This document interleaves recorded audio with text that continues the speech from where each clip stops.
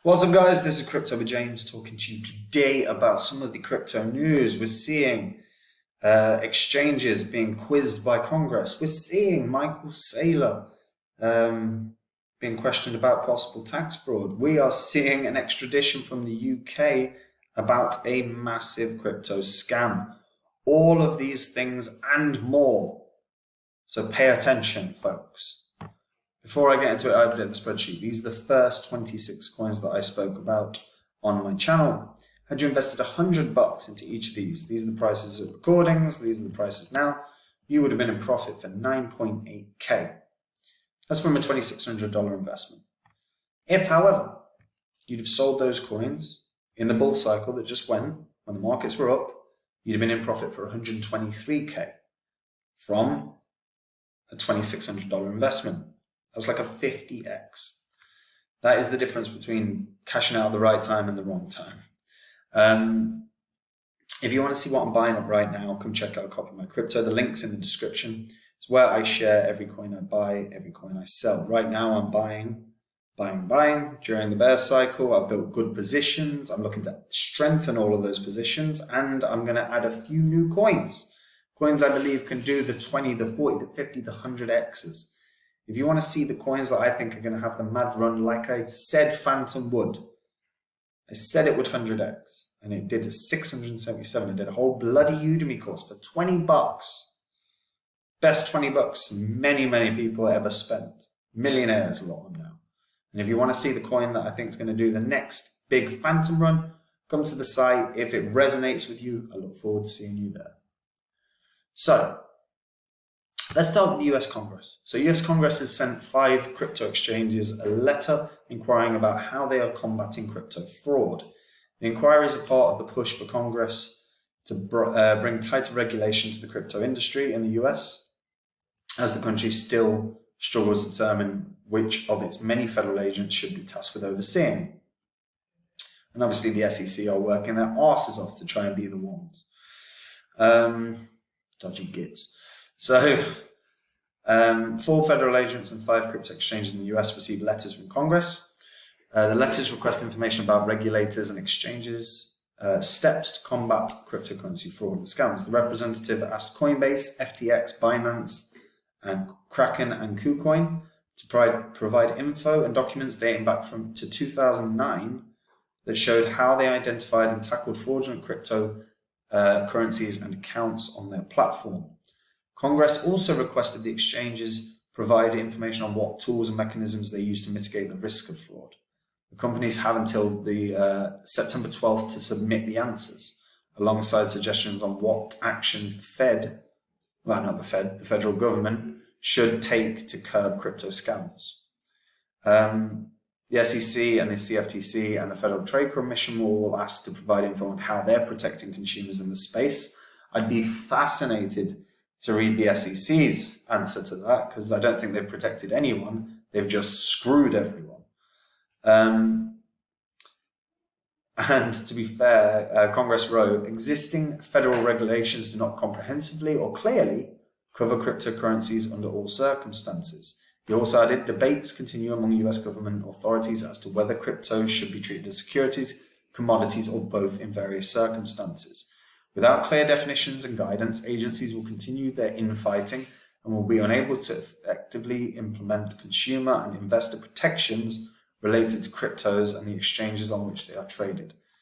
So maybe we are going to see some clarity. And I want to point out, they have called in banks, CEOs, as recently as last year. And this was April of last year. So they called in bank CEOs to scrutinize the role that they're playing in helping Americans recover from the situation that everyone was in. Now the question, that rather than asking for a ton of documentation going back 13 years, they were just simply grilling the CEOs on the industry's role in small businesses and how lenders dished out cash to fraudsters and discriminated against some borrowers. as always, like, yes, they got scrutinized, but it was nothing more than, effectively a let's be seen to be doing the right thing by the government, and nothing really changed. But hopefully, we're going to see some clarity, because no doubt about it, what we will see is those 5 exchanges providing legitimate suggestions for how transparency and clarity can be provided by the government, and as a result, how the space can move forward in the right direction. So this could be a good thing. In different news, Michael Saylor and MicroStrategy are getting sued for tax fraud in Washington.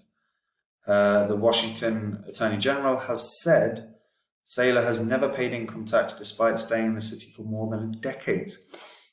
That's not great. So the Attorney General tweeted out, "Today we're suing Michael Saylor, a billionaire tech executive who has lived in the district for more than a decade but has never paid any DC income taxes for tax fraud." That's what they're suing him for.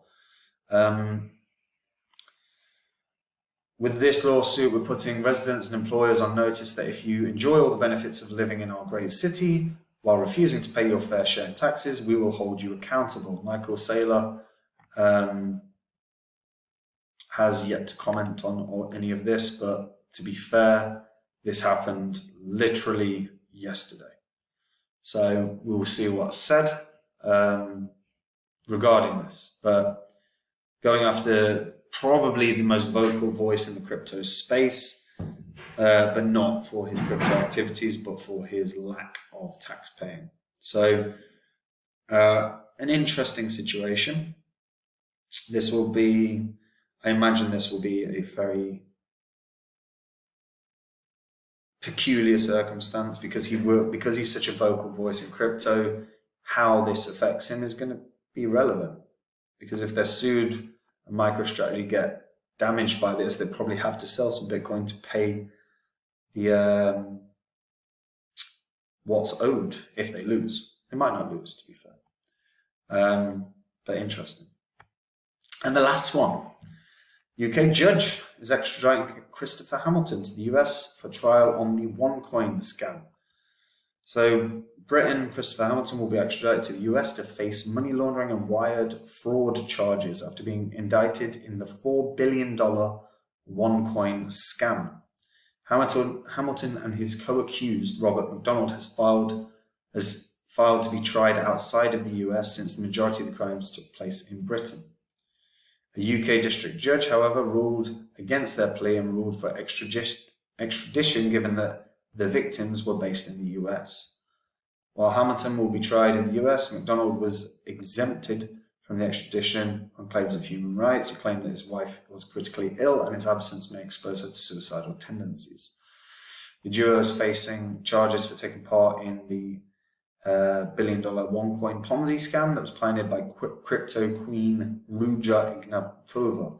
And obviously Ignatova has been on the run for many, many years now after her partner dubbed her into the FBI, and she had placed recording bugs in where they lived. So she found out about it and fled before anything happened. She is now the FBI's top 10 most wanted fugitives. She was also declared wanted in Europe.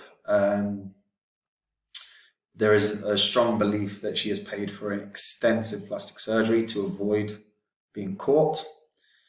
And while she is yet to be arrested, more beneficiaries of the scam are facing trial. Her brother was sentenced to a 90-year term. I can't believe they spelled jail term. Come on, guys, be better. 90-year jail term following his arrest in March 2019. He, however, agreed to assist the FBI in tracking down his sister. OneCoin's lawyer, Mark Scott, was indicted for laundering $400 million and was subjected to a 20-year jail term. And David Pike was sentenced to 2 years of probation for helping Scott launder the OneCoin proceeds. So it's all kicking off in crypto land at the moment. All kicking off. none of this is necessarily a bad thing. These kind of people definitely need to be held to account, for sure. The Michael Saylor thing could be problematic, particularly given that there is a possibility that the company themselves might have, depending on the fees that they're going to owe, they might have to repay millions and millions and millions and millions of dollars worth of money in income tax as a result. Because I'm sure they won't go to prison. You don't if you're that rich. But they might have to repay a hell of a lot of money as a result. To do that, they may sell off some Bitcoin. That could drop the Bitcoin price. That's an interesting possibility moving into this situation. Although I would argue that they don't hold enough to have an enormous, a truly significant impact. But they definitely hold a lot. So it's an interesting one. And Congress, obviously. So what do you guys think? Are we going to actually see some bloody clarity about what's happening with the crypto space in the US? Are we going to start seeing that? Because if we are, that's a good thing. Long term for the markets, that is a good thing. That's what we need. If, however, it causes more confusion, if, however, the SEC start staking their claim, arguing that everything under the sun is a security, that's problematic, because they've done already 200 pieces of 200 lawsuits against crypto.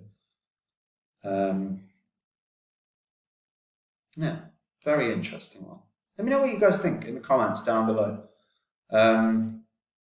Like the video, subscribe to the channel, hit that bell notification.